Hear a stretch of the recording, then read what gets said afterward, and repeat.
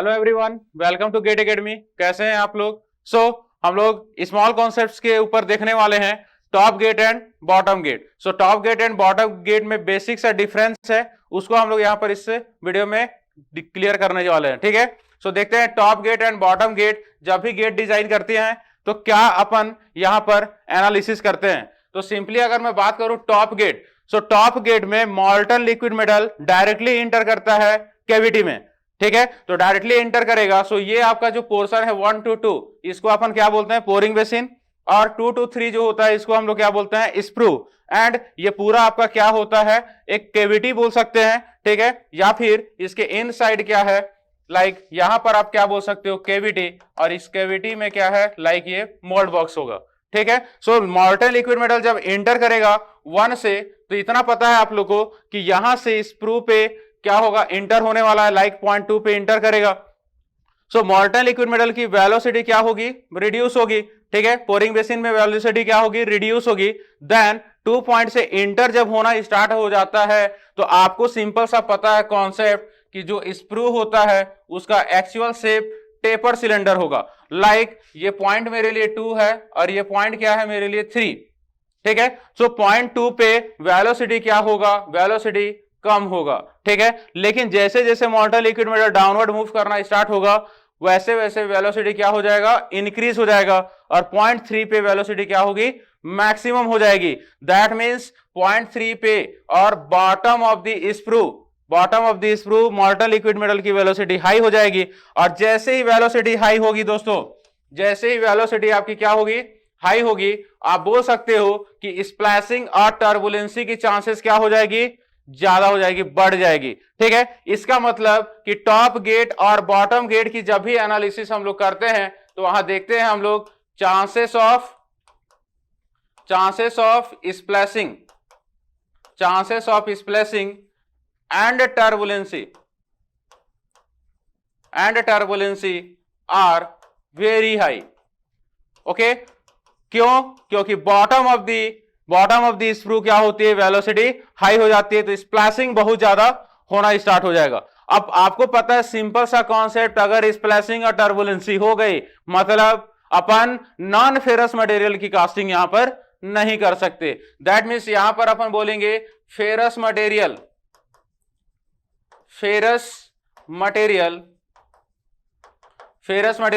Are used. Okay, ferrous material की casting के लिए अपन इसको टॉप गेट को यूज करने वाले हैं। ओके, नेक्स्ट बहुत ही ज्यादा इंपॉर्टेंट, बहुत ही की पॉइंट, वो क्या है, air aspiration effect. Air aspiration effect आपको टॉप गेट में देखने को मिलेगा क्या, कभी नहीं। क्यों नहीं? क्योंकि वेलोसिटी 3 पॉइंट पे क्या होगा, मैक्सिमम हो जाएगा। मैक्सिमम मतलब यहां पर आपको देखने को मिलेगा एक वैक्यूम प्रेशर क्रिएट होगा। ठीक है, और उस वैक्यूम प्रेशर की वजह से जो एयर के पार्टिकल्स इंटर हो रहे थे मॉल्टन लिक्विड मेटल के साथ, वो क्या हो जाएगा, वापस चले जाएगा। मतलब कि बैक प्रेशर इतना ज्यादा होगा एटमॉस्फेरिक प्रेशर से कि एटमॉस्फेरिक जो एयर्स हैं, पार्टिकल्स हैं, डस्ट हैं, वो कैविटी में इंटर नहीं करेंगे। तो अपन बोल सकते हैं इंपॉर्टेंट पॉइंट्स, बहुत ही इंपॉर्टेंट पॉइंट्स, कि जो यहां पर बैक प्रेशर लिख सकते हो, इसी को अपन बोल सकते हैं वैक्यूम प्रेशर क्रिएट होगा। वैक्यूम प्रेशर ज्यादा हो जाएगा किससे, एटमॉस्फेरिक प्रेशर से। आप बोल सकते हैं फाइनली यहां पर एयर एस्पिरेशन इफेक्ट नहीं होगा। दैट मींस बोलोगे नो एयर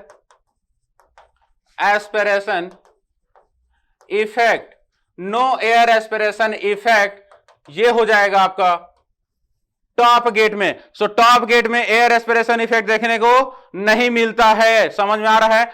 और सिंपल सा याद करने की जरूरत नहीं, कैविटी में इंटर करने से पहले का एरिया देखो, अगर मिनिमम है ज्यादा प्रेशर आएगा, अगर मैक्सिमम है कम प्रेशर क्रिएट होने वाला है कैविटी में। दैट मींस अगर कम प्रेशर क्रिएट होगा, मतलब एटमॉस्फेरिक प्रेशर भारी हो गया बैक प्रेशर से, तो क्या हो जाएगा, एयर एस्पिरेशन इफेक्ट देखने को मिल जाएगा।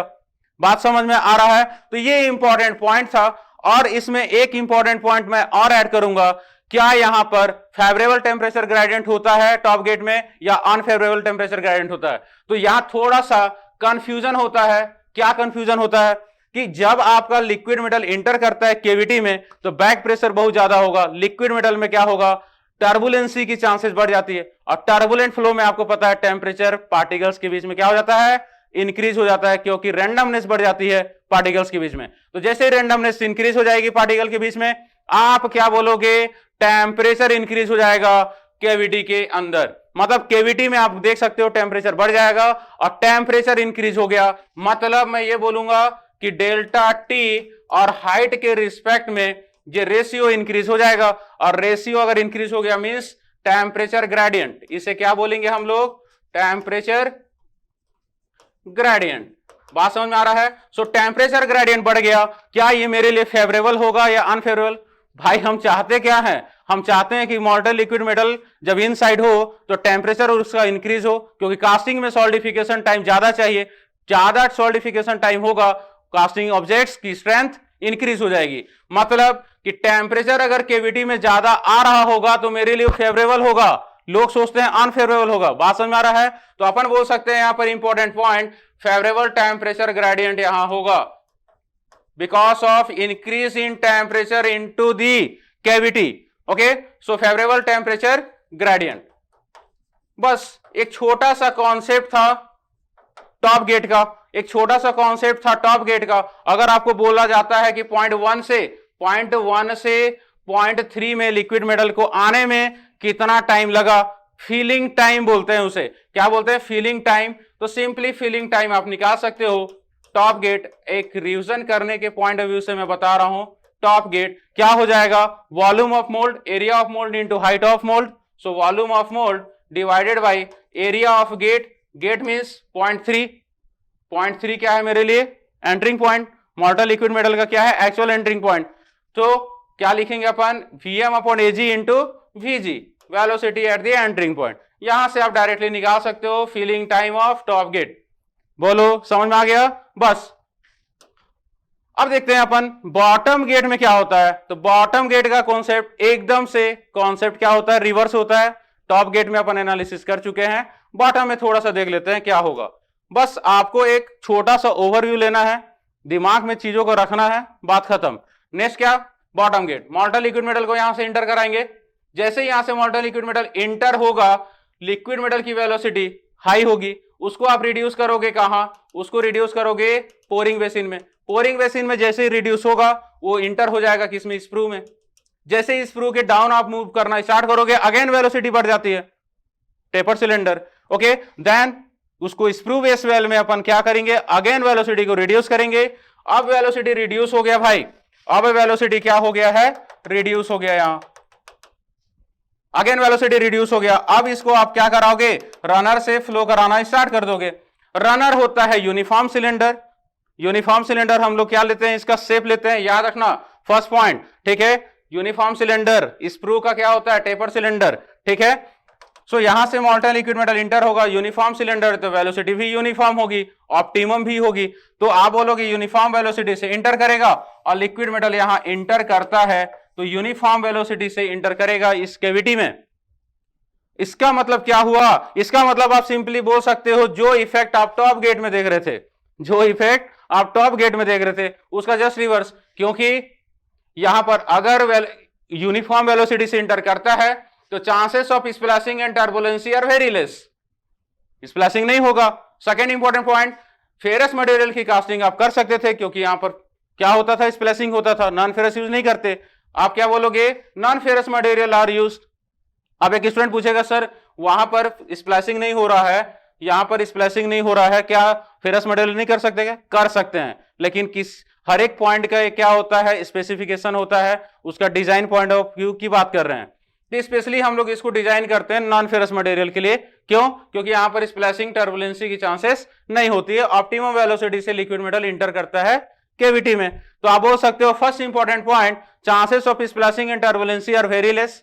सेकेंड इंपॉर्टेंट पॉइंट आप बोलोगे कि यहां आपको लगेगा क्या, नॉन फेरस मटेरियल की कास्टिंग करना इजी होगा। नेक्स्ट इंपॉर्टेंट पॉइंट क्या होगा, नेक्स्ट इंपॉर्टेंट पॉइंट, जब मॉल्टन लिक्विड मेटल, क्या बोलोगे, मॉल्टन लिक्विड मेटल इंटर कर रहा है ऑप्टिमम वेलोसिटी से, तो उसके पास उतना ज्यादा प्रेशर नहीं होगा कि वो एयर से जो प्रेशर आ रहा है, एयर की जो प्रेशर है उसको रिड्यूस कर दे। तो आप सिंपली क्या बोल सकते हो आप सिंपली बोलोगे जो बैक प्रेशर क्रिएट होने वाला है या फिर वैक्यूम प्रेशर जो क्रिएट होने वाला है कैविटी में, किसमें, कैविटी में, वो कम होगा किससे, एटमॉस्फेरिक प्रेशर से। मतलब ये बहुत दर्द की बात है। क्या है दर्द की बात? एयर एस्पिरेशन इफेक्ट यहां पर आपको देखने को मिलेगा। सो आप बोलोगे air aspiration effect, air aspiration effect are there, air aspiration effect are there in the bottom gate, in the bottom gate. बोलो क्लियर है पॉइंट्स। नेक्स्ट, आपको भी यार ये समझ में आ रहा होगा कि लिक्विड मेटल जब इंटर कर रहा है ऑप्टिमम वेलोसिटी से तो स्प्लैशिंग टर्बुलेंसी, तो मैं बोल रहा हूं ना नहीं हो पाएगा अब। तो स्प्लैशिंग टर्बुलेंसी की चांसेस अगर कम होगी तो फिर टर्बुलेंसी ही नहीं हो रही है तो क्या पार्टिकल्स में क्या इंटरमॉलिक्यूलर कोलिजन होगा? नहीं होगा। जब कोलिजन नहीं हो पाएगा जिस वे में हम चाहते हैं कोलिजन हो जाए, नहीं हो पाएगा, इसका मतलब कि फेवरेबल टेम्परेचर ग्रेडियंट नहीं होगा, अनफेवरेबल हो जाएगा, क्योंकि आपका जो dt बाई h का जो रेशियो होगा ये कम हो जाएगा, टेम्परेचर ग्रेडियंट क्या हो जाएगा? कम हो जाएगा। और अगर कम हो गया तो हम बोलेंगे क्या है ये मेरे लिए? अनफेवरेबल, क्योंकि इनसाइड कैविटी में टेम्परेचर नहीं बढ़ पाएगा क्योंकि वेलोसिटी कम है। बोलो यहां तक समझ में आ गया? ठीक है, तो जस्ट रिवर्स है। टॉप गेट आपको अच्छे से पता है, बॉटम गेट को उल्टा कर दो, ये स्मॉल कॉन्सेप्ट है। बात समझ में आ रहा है? ये आपका क्या है? स्मॉल कॉन्सेप्ट है। और सिंपली आप बोल सकते हो फीलिंग टाइम कितना होगा सर? फीलिंग टाइम कितना होगा बॉटम गेट का? So filling time of bottom gate,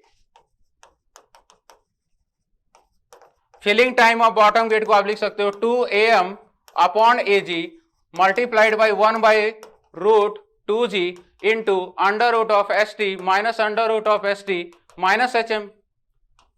ST total height है from pouring basin to runner surface. Okay, next AM क्या है? Area of mould. AG क्या है? Area of gate. ठीक है, यहां से आप टॉप गेट का, बॉटम गेट का क्या निकाल सकते हो? बॉटम गेट का क्या निकाल सकते हो? Filling time. यहां पर ये डायग्राम है, टोटल हाइट ST ये कंसीडर कर रहे हैं और ये हाइट ऑफ मोल्ड हो गया, area of mould. Main important point की मैं बात कर रहा हूं, अगर हाइट ऑफ मोल्ड को आप इक्वल कर दिए किसके? टोटल हाइट ST के, मतलब ये लाइन जो है हॉरिजेंटल लाइन, व्हाइट जो हॉरिजेंटल लाइन देख रहे हो आप लोग, इसको मैं इसके साथ टच कर दूं HM को तो ST इक्वल हो जाएगा HM के। तो अगर ST इक्वल हो गया, if ST equals to HM, मतलब टोटल हाइट पोरिंग बेसिन से रनर सरफेस तक का अगर लाइन ऑफ एक्शन बोले तो इक्वल हो गया हाइट ऑफ मोल्ड के, तो फीलिंग टाइम आप भाई डायरेक्ट निकाल सकते हो बॉटम का, बॉटम गेट का फीलिंग टाइम आप निकाल सकते हो। 2 टाइम्स कर दोगे क्या? Filling time of top gate. बोलो, तो एक छोटा सा कॉन्सेप्ट है, तो कनेक्ट करना बहुत इंपॉर्टेंट है। क्या है?